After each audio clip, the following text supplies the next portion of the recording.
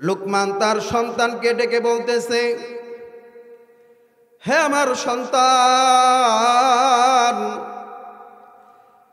ইয়া বুনাইয়া লা তুশরিক বিল্লাহ, হে আমার সন্তান, তুমি আল্লাহ তাআলার সাথে কাউকে শিরিক করো না। ইন্নাশ শিরকা লাযুলমুন আযীম, কেননা নিশ্চয় শিরিক এটা খুব ভয়াবহ জুলুম।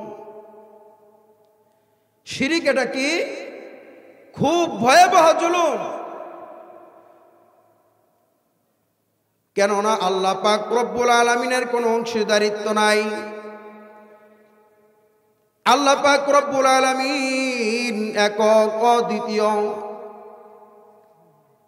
স্বয়ং পবিত্র কালামুল্লাহর মধ্যে আল্লাহ পাক রব্বুল আলামিন সূরা নাজিল করছেন। আল্লাহ পাক রব্বুল আলামিন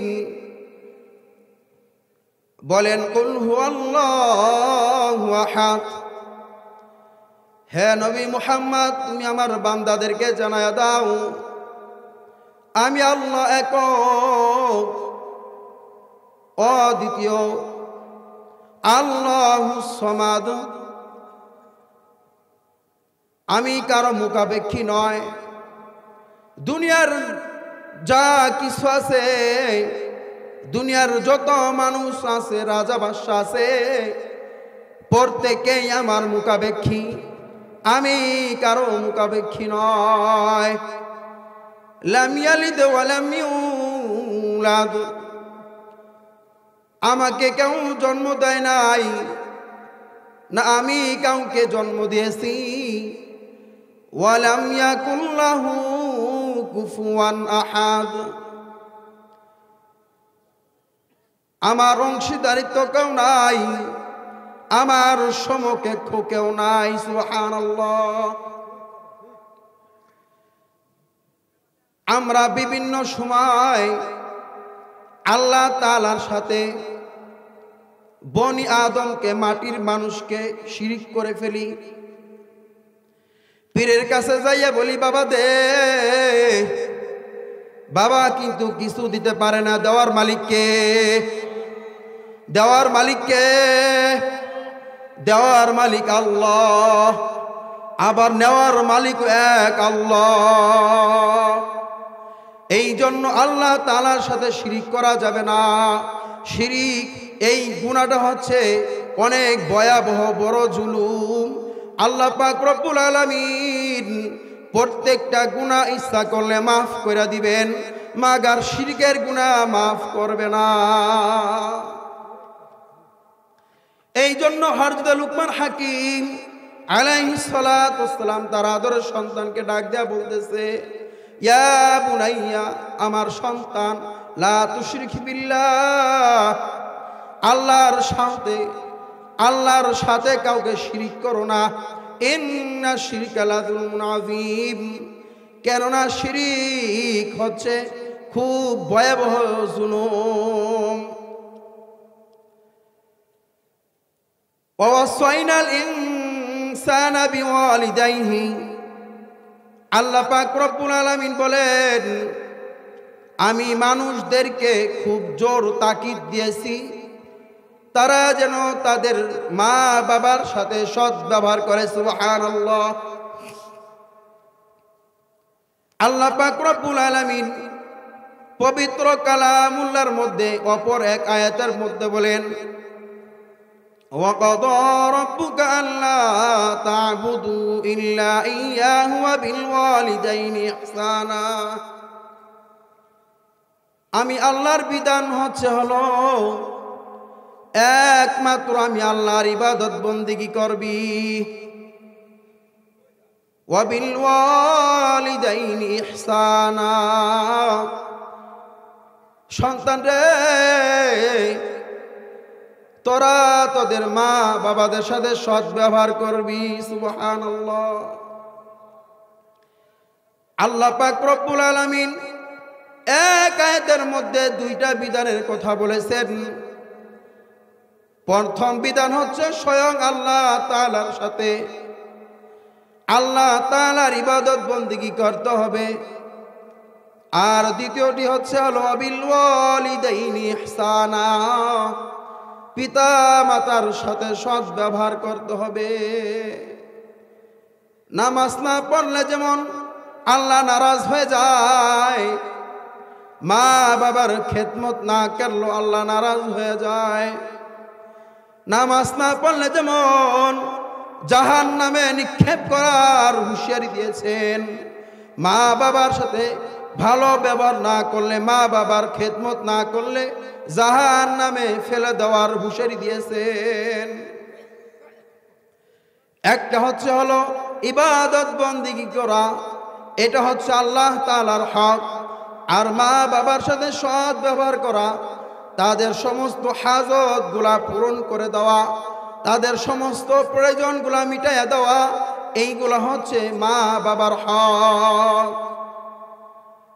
এই জন্য আল্লাহ তাআলার হক পরিপূর্ণভাবে আদায় করতে হবে, মা বাবার হকগুলাও পরিপূর্ণ আদায় করতে হবে। আল্লাহ রাসূল সাল্লাল্লাহু আলাইহি ওয়াসাল্লাম বলেন, রিজার রাব্বি ফি রিজাল ওয়ালিদি ওয়া সাখতির রাব্বি ফি সাখতিল ওয়ালিদি। পিতার সন্তুষ্টি আল্লাহ তাআলার সন্তুষ্টি, আর পিতার অসন্তুষ্টি স্বয়ং আল্লাহ তাআলার অসন্তুষ্টি। যেই সন্তানের উপর তার মা বাবা রাজি আছে, স্বয়ং আল্লাহ পাক রব্বুল আলামিন ওই মা বাবার উপর রাজি।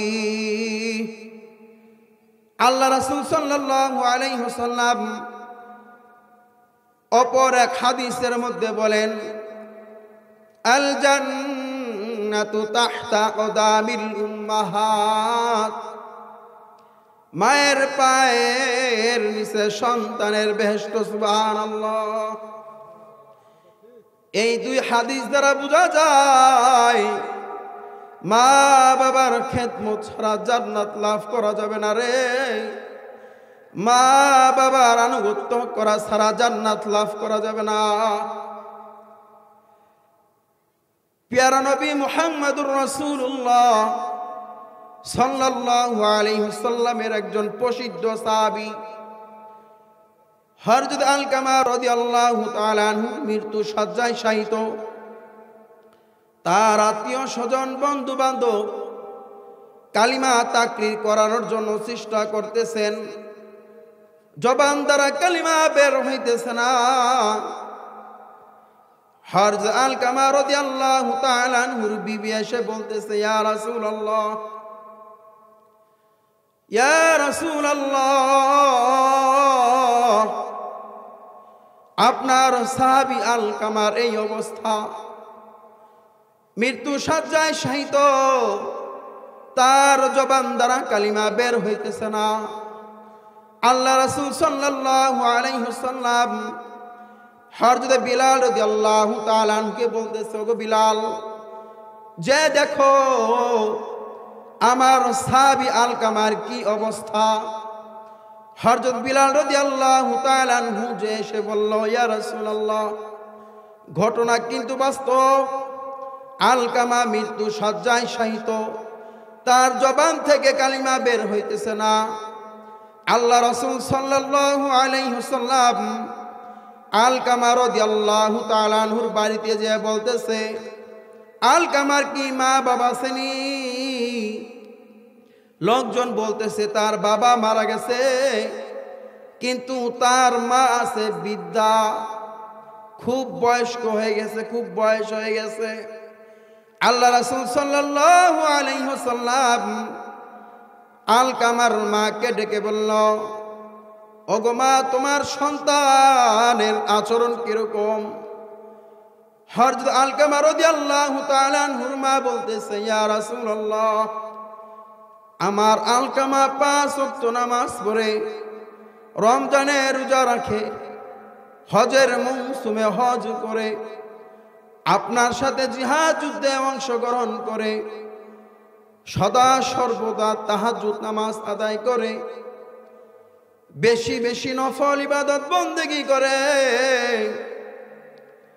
আল্লাহ রাসূল সাল্লাল্লাহু আলাইহি ওয়াসাল্লাম বলেন, এ আলকামার মা, তোমার সন্তান তোমার সাথে কিরকম আচরণ করে? আলকামা রাদিয়াল্লাহু তাআলা আনহুর মা বলতেছে, ইয়া রাসূলুল্লাহ, আমি আমার সন্তানের উপর রাজি না, আমি আমার সন্তানের উপর খুশি না।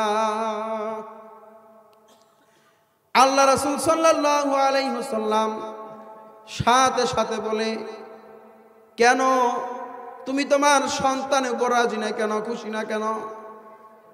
তখন আলকামা রাদিয়াল্লাহু তাআলা আনহুর মা বলে, ওগো আল্লাহর রাসূল, আমার সন্তান আমার খেদমত করে না, আমার সন্তান আমার সাথে সৎ ব্যবহার করে না, আমার সন্তান আমার আনুগত্য করে না, এই জন্য আমি আমার সন্তানের উপর নারাজ। আল্লাহ রাসূল সাল্লাল্লাহু আলাইহি ওয়াসাল্লাম হযরত আলকামা রাদিয়াল্লাহু তাআলা আনহুর মাকে বলতেছে, ওগো মা, তুমি তো আমার সন্তানকে মাফ করে দাও। আলকামার মা বলতেছে, না না, আমার সন্তান আমার দেখাশোনা করে নাই, আমাকে অনেক কষ্ট দিয়েছে, আমি তাকে মাফ করতে পারবো না। আল্লাহ রাসূল সাল্লাল্লাহু আলাইহি ওয়াসাল্লাম হযরত বিলাল রাদিয়াল্লাহু তাআলা আনহুকে বলেন, হে বিলাল, এই পাড়া মহল্লা থেকে লাকড়ি জমা করো, লাকড়ি জমা করার পর ওই স্তূপের মধ্যে আগুন জ্বালায়া দাও, আমি আমার সাহাবী আলকামাকে আগুনের মধ্যে নিক্ষেপ করে দিব। সাথে সাথে হযরত আলকামা রাদিয়াল্লাহু তাআলা আনহুর মা চিৎকার করে বলতে লাগলো, ইয়া রাসূলুল্লাহ, এমনটা করবেন না, আমি জীবিত থাকা অবস্থায় আমার চোখের সামনে আমার সন্তানকে আগুনে পোড়ানো হবে, আমি এটা মেনে নিতে পারবো না। ইয়া রাসূলুল্লাহ, আমি আমার সন্তানকে মাফ করে দিলাম। সাথে সাথে আলকামা রাদিয়াল্লাহু তাআলা আনহুর জবান দ্বারা কালিমা বের হতে লাগলো, লা ইলাহা ইল্লাল্লাহু মুহাম্মাদুর রাসূলুল্লাহ সাল্লাল্লাহু আলাইহি ওয়াসাল্লাম। মুহতারাম হাজরিন, এই জন্য আমার নামাজ, আমার রোজা, আমার হজ, আমার যাকাত, আমার নফল ইবাদত বন্দেগী, এই কিছুই কাজে আসবে না যদি আমি আমার বাপ মার সাথে খারাপ আচরণ করি। ঠিক কিনা বলেন? এমন কোনো ব্যক্তি নাই যেই ব্যক্তি হযরতে তাকি উসমানী দামাত বারকাতুহুম আলিয়ার নাম শুনে নাই। তাকি উসমানী, আমরা তার অনুবাদ পড়েছি। এই যে পবিত্র কালামুল্লাহ, এটার অনুবাদ করেছেন তানজিহুল কোরআন। তার বাবা মারিফুল কোরআন লিখেছেন। সুবহানাল্লাহ। হযরত তাকি উসমানী দামাত বারকাতুহুম হজে যাইবার জন্য টিকিট কেটেছেন, হজে যাবে, তার দিন তারিখও ঠিক হয়ে গেছে। এই তো আগামীকালকে হজে যাবে, বের হবে। এমন তো অবস্থায় তার বাবা একজন যুগশ্রেষ্ঠ আলেম শফি রহমাতুল্লাহ আলাই, হযরত তাকি উসমানীকে জিজ্ঞাসা করা হলো। তার বাবা জিজ্ঞাসা করতেছে, বাবা তুমি কেন হজে যাইতেছ না? তাকি উসমানী দামাত বারকাতুহুম বলতেছেন, আব্বা জান, আপনি অসুস্থ হয়ে পড়েছেন, আপনাকে রেখে কিভাবে বাইতুল্লাহর তওয়াফ করতে যাইতেছি, কিভাবে বাইতুল্লাহর তওয়াফ করতে যাব, কিভাবে হজ আদায় করতে যাব। হজ তো আমার ঘরের মধ্যেই। সুবহানাল্লাহ। মুহতারাম হাজিরিন, এই জন্য আমাদের মা বাবার সাথে সৎ ব্যবহার করতে হবে, মা বাবার কাছ থেকে দোয়া নিতে হবে। মা বাবার দোয়া ছাড়া কেউ এই দুনিয়ায় বড় হতে পারে নাই, পারবেও না। হযরত বায়েজিদ বুস্তামি রহমাতুল্লাহ আলাইহির নাম শুনছেন কি শুনে নাই? হযরত বায়েজিদ বুস্তামি রহমাতুল্লাহ আলাইহি তার মায়ের দোয়ার কারণে যুগ শ্রেষ্ঠ আল্লাহর বুজুর্গ হয়েছেন। সুবহানাল্লাহ। ওই যে বায়েজিদ বুস্তামি রহমাতুল্লাহ আলাইহির জামানায় হযরত বায়েজিদ বুস্তামি রহমাতুল্লাহ আলাইহি হজ করার জন্য মক্কা মদিনায় যায়। বাইতুল্লাহ কাবা ঘর যখন তওয়াফ করতেছিল বায়েজিদ বুস্তামি রহমাতুল্লাহ আলাইহি কাবা ঘর ধরে আল্লাহ তাআলার কাছে বলতেছে, ও আল্লাহ, এই বছর যারা হজ করার জন্য আসছে তুমি কি প্রত্যেকের হজকে কবুল করে নিছো নাকি? আল্লাহ পাক রব্বুল আলামিন ইলহামের মাধ্যমে জানায় দেয়, না না না, আমি প্রত্যেকের হজ কবুল করে নিয়েছি, মাগার আমার একজন নাফরমান বান্দা আছে, আমি আমার ওই নাফরমান বান্দার হজকে কবুল করি নাই। আল্লাহর ওলি বায়েজিদ বুস্তামি রহমাতুল্লাহ আলাইহি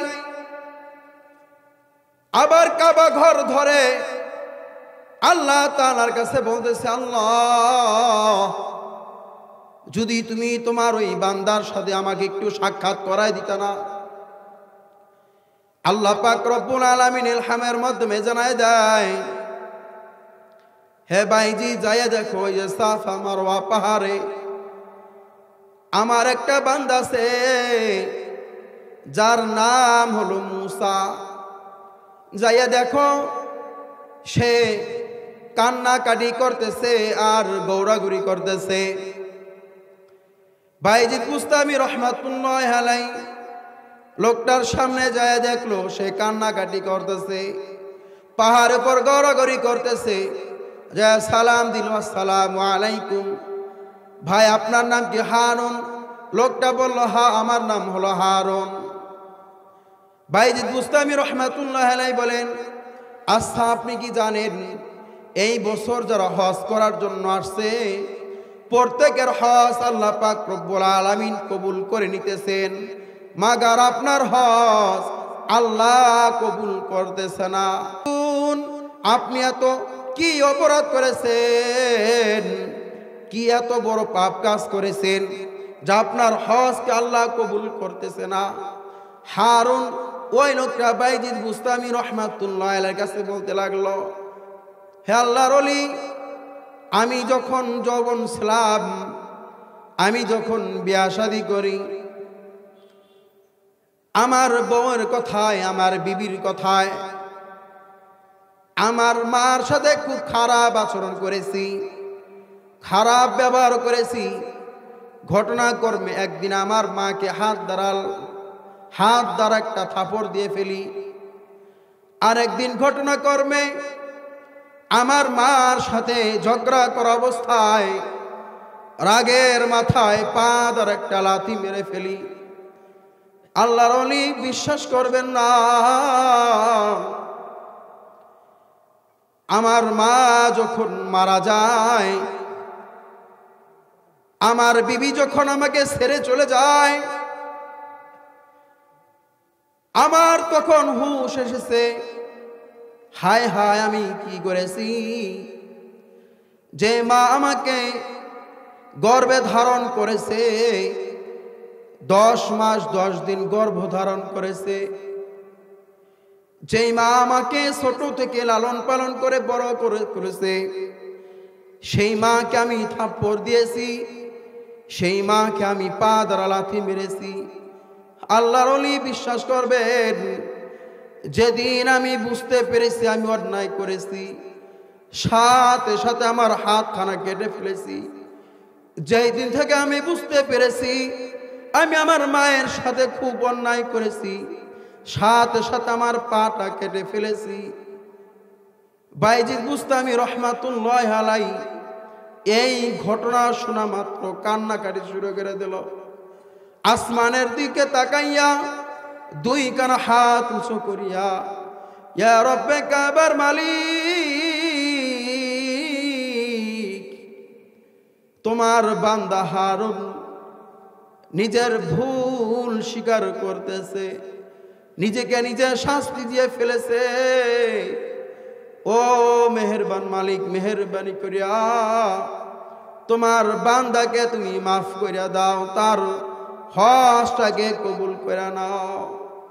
আল্লাহ পাক রব্বুল আলামিন ইলহামের মাধ্যমে জানায় দেয়, বাইজিদ রে, তোমার যদি হজ পরিপূর্ণ আদায় হয়ে থাকে বাড়িতে চলে যাও। হারুনকে কাল হাশরের ময়দানে তার আম্মা জানের সামনে দাঁড় করানো হবে। তার মা যদি তার সন্তানকে মাফ করে দেয়, আমি আমার বান্দাকে মাফ করে দিব। তার মা যদি হারুনকে মাফ না করে, আমি আমার বান্দাকে মাফ করতে পারবো না। মুহতারাম হাজিরিন, এই জন্য জীবন চলার ক্ষেত্রে মা বাবার সাথে দুই একটা বিষয় ঝগড়া ফাসাদ হতেই পারে। এই জন্য মা বাবার কাছ থেকে সব সময় দোয়া নিতে হবে, ক্ষমা চাইতে হবে, সদা সর্বদা মাপ চাইতে হবে, ক্ষমা চাইতে হবে। আর যাদের মা বাবা অন্ধকার কবরে চলে গেছে, আল্লাহ পাক রব্বুল আলামিন ওই সমস্ত সন্তানদের জন্য পবিত্র কালামুল্লাহর মধ্যে দোয়া শিখায় দিছে। সুবহানাল্লাহ। ওয়া কুর রাব্বিরহামহুমা কামা রাব্বায়ানি সগীরা। সকলেই বলেন রাব্বিরহামহুমা কামা রাব্বায়ানি সগীরা। রাব্বিরহামহুমা কামা রাব্বায়ানি সগীরা। মুহতারাম হাজিরিন, আমরা প্রত্যেকের মা বাবার জন্য 5 ওয়াক্ত নামাজের পরে দোয়া করি। যখন এই দোয়ার মধ্যে শরীক করব ইনশাআল্লাহ। আমি একটা কিতাবের মধ্যে পড়েছিলাম, যেই দোয়ার মধ্যে আল্লাহর হাবিবের নাম নাই, যেই দোয়ার মধ্যে নিজ মা বাবার নাম নাই, ওই দোয়া আল্লাহর কাছে গ্রহণযোগ্য না। এই জন্য আপনার দোয়া যদি কবুল করতে হয়, দোয়ার মধ্যে বলতে হবে রব্বিরহামহুমা কামা রাব্বায়ানি সগীরা। এই যে আমরা এটা বলি রব্বিরহামহুমা কামা রাব্বায়ানি সগীরা, এটার অর্থ কি? হে আমাদের রব, হে আমাদের প্রতিপালক, আমাদের মা বাবাদেরকে তুমি মাফ করে দাও, আমাদের মা বাবাদেরকে লালন পালন করো, যেমনি ভাবে আমাদেরকে ছোট থেকে বড় করেছে, লালন পালন করে। সুবহানাল্লাহ। মুহতারাম হাজিরিন, হযরত লুকমান হাকিম আলাইহিস সালাতু ওয়াস সালাম তার সন্তানকে ডেকে বলে, ইয়া বুনাইয়া আকিমিস সালাহ ওয়া'মুর বিল মা'রুফ ওয়ানহা আনিল মুনকার। ইয়া বুনাইয়া আকিমিস সালাত, হে আমার সন্তান, নামাজ কায়েম করবা। সন্তান রে, নামাজ কায়েম করবা।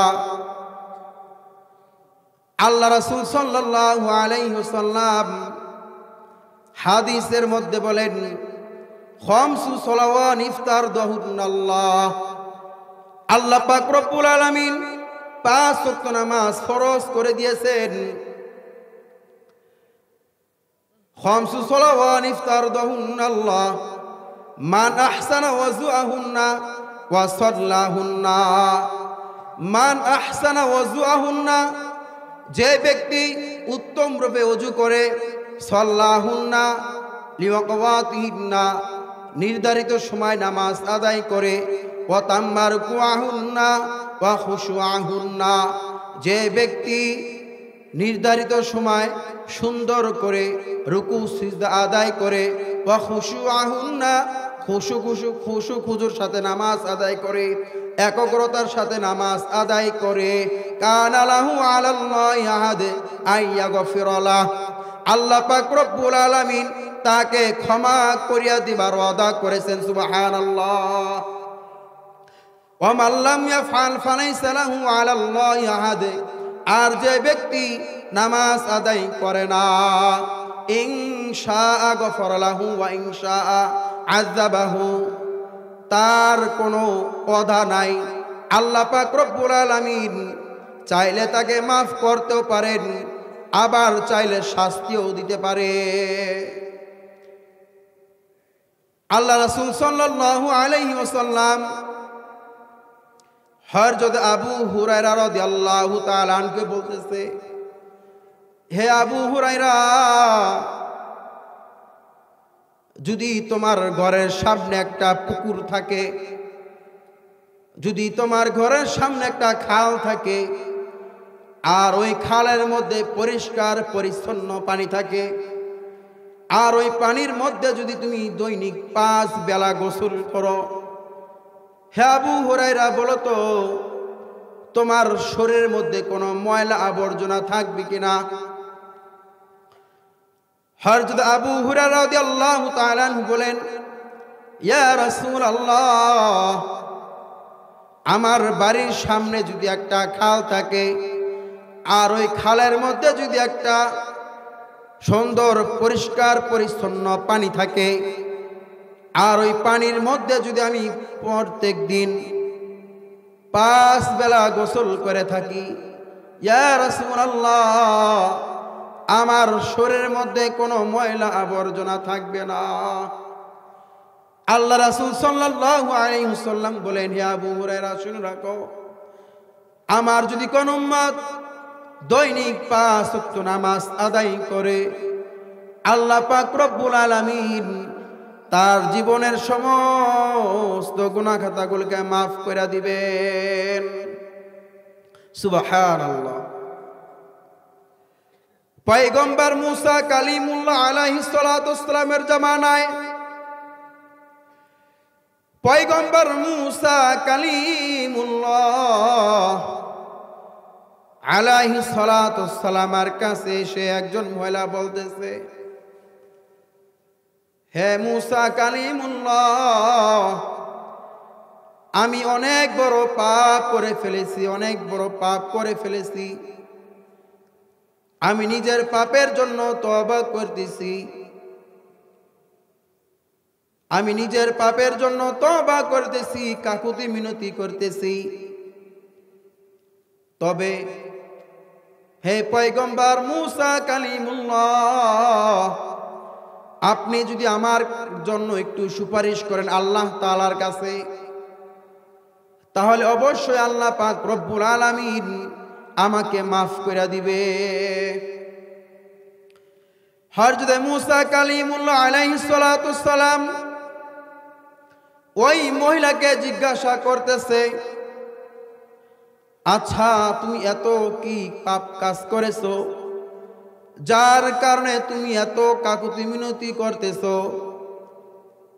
তুমি এত পেরেশানির মধ্যে আছো, বলো তো, বলো তুমি কি পাপ কাজ করেছো? মহিলাটা বলতেছে, পয়গম্বর মুসা, আমি একজন পরপুরুষের সাথে জিনা করেছি, জিনা করেই ক্ষান্ত হই নাই, আমার গর্ভে একজন বাচ্চা হয়েছে জিনা করার ফলে। ওই সন্তান যখন ভূমিষ্ঠ হয়, ওই সন্তানকে আমি নিজ হাত দ্বারা গলা টিপে হত্যা করেছি। ও পয়গম্বর, মেহেরবানি করে একটু সুপারিশ করেন না, আল্লাহ যাতে আমাকে মাফ করে দেয়। মুসা কালিমুল্লাহ আলাইহিস সালাতু সালাম শোনা মাত্রই রাগান্বিত হয়ে গেল। দূর হয়ে যা, দূর হয়ে যা, তোর এই গুনার কারণে এই মজলিসের সবাই তো ধ্বংস হয়ে যাবে, তাড়াতাড়ি আমার এই মজলিস থেকে তুমি দূর হয়ে যাও। মহিলা যখন বুঝতে পারল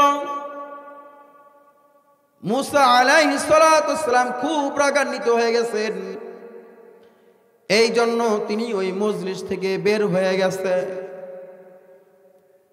সাথে সাথে জিবরাইল আলাইহিস সালাতু সালাম মহিনী হাজির। সুবহানাল্লাহ। জিবরাইল আলাইহিস সালাতু সালাম মহিনী হাজির হয়ে বলতেছে, পয়গম্বর মুসা কালিমুল্লাহ, আল্লাহ আপনাকে জিজ্ঞাসা করতে বলেছেন, এই যে মহিলা যে জিনা করেছে এবং তার নিজ সন্তানকে গলা টিপে হত্যা করেছে, এর চাইতো কি বড় কোনো পাপ আছে কিনা? পয়গম্বর মুসা কালিমুল্লাহ বলতেছেন, এই পাপের থেকে আবার কি পাপ হইতে পারে বড়? জিবরাইল আলাইহিস সালাতু সালাম বলেন, পয়গম্বর, এর চেয়েও অনেক বড় পাপ আছে, শুনে রাখুন, জেনে রাখুন। যদি কোনো ব্যক্তি ইচ্ছাকৃতভাবে অন্যায়ভাবে নামাজ ছেড়ে দেয়, তাহলে ওই মহিলার চাইতো বড় পাপ কাজ করে। আমার সামনে বসা ও যুবক ভাই, ও আমার বুড়া বাবারা, পর্দার আড়ালের মা ও বোনেরা, পয়গম্বর মুসা কালিমুল্লাহ আলাইহিস সালাতু সালামের জামানায় মাত্র 2 ওয়াক্ত নামাজ ফরজ ছিল। কয়েকটা নামাজ? 2 ওয়াক্ত নামাজ ফরজ ছিল। 2 ওয়াক্ত নামাজ যদি ছেড়ে দিলে জিনা করার চাইতে আর নিজ সন্তানকে হত্যা করা থেকেও যদি বেশি গুনাহ, বেশি বড় অপরাধ হয়ে থাকে, তাহলে আমাদের জামানায় আল্লাহ পাক রব্বুল আলামিন 5 ওয়াক্ত নামাজ ফরজ করে দিয়েছেন। তাহলে আমরা যদি অন্যায়ভাবে ইচ্ছাকৃতভাবে 5 ওয়াক্ত নামাজ ছাড়া দেই, আমরা কত বড় পাপিষ্ঠ। মুহতারাম হাজিরিন, এই জন্য 5 ওয়াক্ত নামাজ আদায় করতে হবে। 5 ওয়াক্ত নামাজ আদায় করতে হবে। আল্লাহ রাসূল সাল্লাল্লাহু আলাইহি ওয়াসাল্লাম বলেন যে কিয়ামতের দিন সর্বপ্রথম বান্দার সর্বপ্রথম নামাজের হিসাব হবে। এই জন্য মুহতারাম হাজিরিন, আজকে আমরা অনেকে নামাজ পড়ি, ওই যে মুরব্বী হয়ে গেছি, বুড়া হয়ে গেছে, এই জন্য নামাজ পড়ি, মন থেকে নামাজ পড়ি না। আমি আলেম হয়েছি, নামাজ না পড়লে মানুষ আমাকে খারাপ ভাববে, নামাজ পড়তে হবে। আমি বুড়া হয়ে গেছি, আমার ছেলে সন্তান বিয়ে দিয়েছি, এখন নামাজ না পড়লে মানুষ আমাকে মন্দ বলবে, এই জন্য নামাজ পড়ি। মুহতারাম হাজিরিন, নামাজ পড়ার মতোই নামাজ পড়তে হবে। হযরত লুকমান হাকিম আলাইহিস সালাতু সালাম তার সন্তানকে বলতেছেন, হে সন্তান, নামাজ কায়েম করো। নামাজ কায়েম করার অর্থ কি? কিতাবের মধ্যে এসেছে নামাজকে সুন্দর করে পরিপূর্ণ নামাজের হক আদায় করে নামাজ আদায় করাকেই নামাজ কায়েম বলা হয়। আরেক কিতাবের মধ্যে এসেছে তোমার ফ্যামিলির মধ্যে 5 জন সদস্য বালেগ সুস্থবান, তাহলে ওই 5 জন ব্যক্তির নামাজ পড়তে হবে। আজকে আমি বাবা, আমি নামাজ পড়তেছি, আমার বিবি নামাজ পড়ে না, আমার সন্তান নামাজ পড়ে না, আমার পুত্রবধূ নামাজ পড়ে না, তাহলে নামাজ কায়েম করা হচ্ছে না। এই জন্য মুহতারাম হাজরিন, নামাজ কায়েম করতে হবে ইনশাআল্লাহ। আমরা আজকে থেকে পরিপূর্ণ প্রতিজ্ঞা করি, আজকে আমিও নামাজ পড়ব, আমার বিবিকেও নামাজ পড়াবো, আমার ঘরে যত সদস্যবৃন্দ আছে প্রত্যেককে 5 ওয়াক্ত নামাজের জন্য তাকিদ দেব ইনশাআল্লাহ। মুহতারাম হাজিরিন, হযরত লোকমান হাকিম তার সন্তানকে ডেকে বলতেছে, হে আমার সন্তান, ওয়া'মুর বিল মা'রুফ, ভালো কাজের আদেশ করবা, ভালো কাজের আদেশ করবা। হে আমার সন্তান, ভালো কাজের আদেশ করবা। আমি যখন নামাজের জন্য মসজিদে যাব, রাস্তায় যাকে পাবো বলবো, ভাই আসেন নামাজের জন্য আসেন। হযরত লোকমান হাকিম আলাইহিস সালাতু ওয়াস সালাম তার সন্তানকে ডেকে বলে, ওয়ানহা আনিল মুনকার, সন্তান আমার খারাপ কাজে বাধা প্রদান করবা। পাড়া মহল্লার মধ্যে যখন বিয়া শাদী হয়, গান বাজনা হয়, ঠিক কিনা বলেন? এই গান বাজনাগুলা থামায় দিতে হবে, বাধা দিতে হবে। পাড়া মহল্লার মধ্যে দেখবেন আমতলায় আর জামতলায় টাস খেলতে বসে। ওই যে আমি শিবচর ছিলাম, স্বয়ং চেয়ারম্যান খেলে টাস, তাহলে তার জনগণ কি করবে? অথচ জনগণ খেলার কথা ছিল, চেয়ারম্যান বাধা দিবে, সেই চেয়ারম্যান খেলতেছে, তার সাথে আছে আবার মেম্বার একজন, একসাথে 5-6 জন মাঠে বিছাইয়া টাস খেলে পালাইছে। নাই, তারা কি নাই? নাই এখন। মুহতারাম হাজরিন, এই জন্য পাড়া মহল্লার মধ্যে যখন কোনো গুনাহের কাজ দেখা যাবে তখন বাধা দিতে হবে ইনশাআল্লাহ। আমার খুব আফসোস হয়, দুঃখ লাগে, পাড়া মহল্লার মধ্যে যখন গান বাজনা হয়, আশেপাশের মসজিদের হুজুররা, ইমাম সাহেব যখন বাধা দিতে যায়, আমাদের পাড়া মহল্লার কিছু দাড়ি টুপিওয়ালা মুরব্বী আমাদেরকে বাধা দেয়। হুজুর, ওরা ছোট মানুষ, ওদের কি একটু আনন্দ করতে দেন না? এটা তো আনন্দ নয়, এটা জাহান্নামের চাবি। নামাজ পড়লে যেমন জান্নাতে যাওয়া সহজ হয়ে যাবে, এরকম গুনার কাজ করলে জাহান্নামে যাওয়া সহজ হয়ে যাবে। নাউজুবিল্লাহ। এই জন্য ভালো কাজে আদেশ করতে হবে, খারাপ কাজে বাধা প্রদান করতে হবে। ওয়াসবির আলা মা সাবাক, হে সন্তান, যখন তুমি ভালো কাজে আদেশ করবা, খারাপ কাজে বাধা প্রদান করবা, তোমার উপর বিভিন্ন ধরনের জুলুম করা হবে, তোমার উপর প্রশাসনিক বালা মুসিবত চলে আসবে, তখন তুমি সবুর করবা, ধৈর্য ধারণ করবা। আলেমগণ যখন মাঠে ময়দানে হকের কথা বলে, এই আলেম ভালো না, জেলে ঢুকা, ঠিক কিনা বলেন?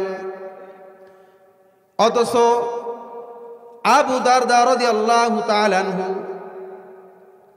বলেন আল্লাহ রাসূল সাল্লাল্লাহু আলাইহি ওয়াসাল্লাম বলেছেন, কুল আলিমান, তুমি আলেম হও, আও মুতাআল্লিমান, তুমি আলেমের ছাত্র হও, আও মুস্তামিআন, অথবা তুমি আলেমের কথা শোনো, আও মুহিব্বান, অথবা আলেমকে তুমি সম্মান করো, আও তাকুন খামিসান, খবরদার খবরদার 5 নাম্বারটা হয় না, ফাতুহলিক, আর যদি হয়ে যাও তাহলে তোমার ধ্বংস অনিবার্য। মুহতারাম হাজরিন, আমি তো এই জন্যই বলি, জনগণের উপর জুলুম করা, আলেমদের উপর জুলুম করা, এক একজন আলেমকে অন্যায়ভাবে চক্রান্ত করে হক কথা বলার কারণে